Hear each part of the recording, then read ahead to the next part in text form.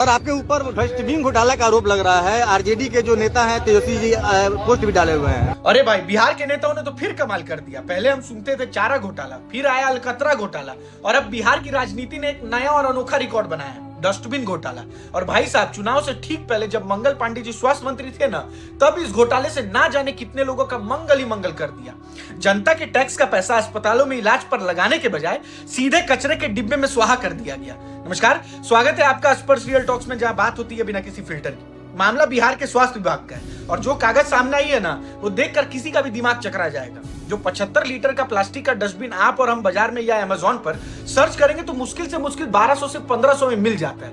उसी डस्टबिन को चुनाव से ठीक पहले सरकारी फाइलों पर बकायदा 15,490 रुपए प्रति के हिसाब से खरीदा गया, यानी सीधे 10 गुना ज्यादा दाम। और खेल सिर्फ डिब्बे तक नहीं खत्म होता है, डस्टबिन के अंदर जो काली पॉलिथीन लगती है ना, उसका बिल भी ऐसे बनाया गया जैसे उस पॉलिथीन पर सोने या चांदी का परत चढ़ाया हो। अब टेंडर की क्रोनोलॉजी समझिए। यह टेंडर दिवाली और त्योहारों की छुट्टियों के दौरान आनंद फानंद में पास किया गया था, ताकि कोई सवाल ना उठा सके और अपनों को मलाई खिलाई जा सके। बायोमेडिकल टेस्ट और डस्टबिन खरीदने के नाम पर करीब 306 करोड़ के घोटाले का आरोप है, और मामला पटना हाईकोर्ट के दरवाजे तक पहुंच चुका है। अब जरा समझिए, जिस समय चुनाव से ठीक पहले यह करोड़ों की अंधाधुंध खरीद बिक्री हो रही थी, उस समय स्वास्थ्य विभाग की कमान किसके हाथ में थी? आदरणीय मंगल पांडे जी के हाथ में।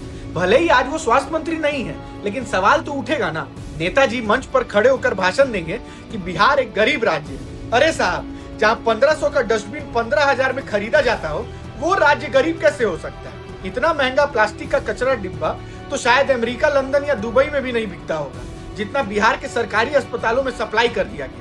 गरीब जनता अस्पताल में एक बेड और ऑक्सीजन के लिए तरसती रह जाती है, और यहाँ टेंडर के नाम पर अपनी तिजोरियां भरी जा रही है। अब भले ही मंत्री बदल गए हो, लेकिन क्या फाइलों की लिपापोती होगी या सच में कोई जांच होगा, यह तो वक्त बताएगा। पर हम चुप नहीं बैठेंगे, सवाल पूछते रहेंगे। चुनाव से पहले हुए इस मंगलाकारी डस्टबिन खेल पर आपकी क्या राय है? नीचे कमेंट्स बॉक्स में जरूर बताइए, और देखते रहिए स्पर्श रियल टॉक्स। धन्यवाद।